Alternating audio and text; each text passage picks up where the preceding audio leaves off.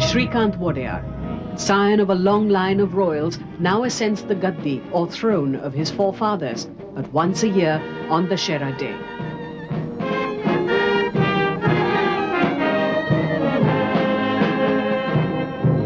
Maharaja had about 4 castes. First time 1907. At that time we had 2 castes. Then later on 4. Sometimes palace requires car, they used to get our car, they used to get our drivers. Now you will see thousands of cars and lakhs of two-wheelers. Born much before independence, this old patriarch had once rubbed shoulders with the royal family, but found his true vocation in the service of the people, and later in politics. In acknowledgement of his efforts, he has a locality of Mysore named after him. Though they now mostly house government offices, the palaces and buildings of Mysore present the visage of an early 20th century princely city.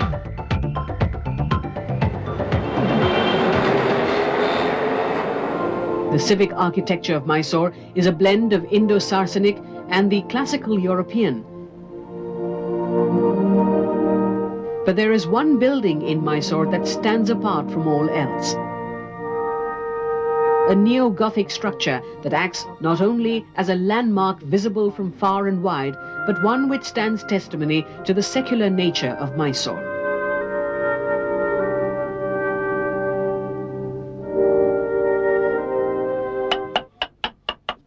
Close to the imposing bulk of St. Philomena's Cathedral, Ismail is busy working in his small one-room factory. Like the erstwhile rulers of Mysore, Syed Ismail too has a long lineage. But it was not riches that Ismail inherited, but the tools and knowledge of his forefathers.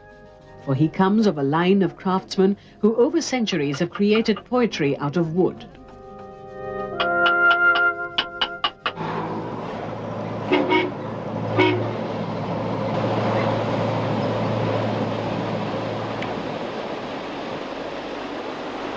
The huge and ornamental Vrindavan gardens were laid out below the embankments of the imposing Krishnaraja Sagar.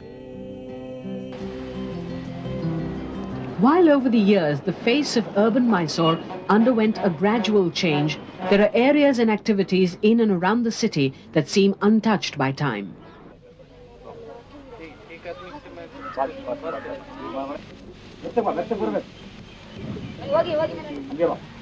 In small hamlets surrounding Mysore, life remains connected to the pale yellow cocoon of the silkworm. The whole family participates in the daily chore of rolling the fine silk thread that would one day be woven into the famed Mysore silk saris.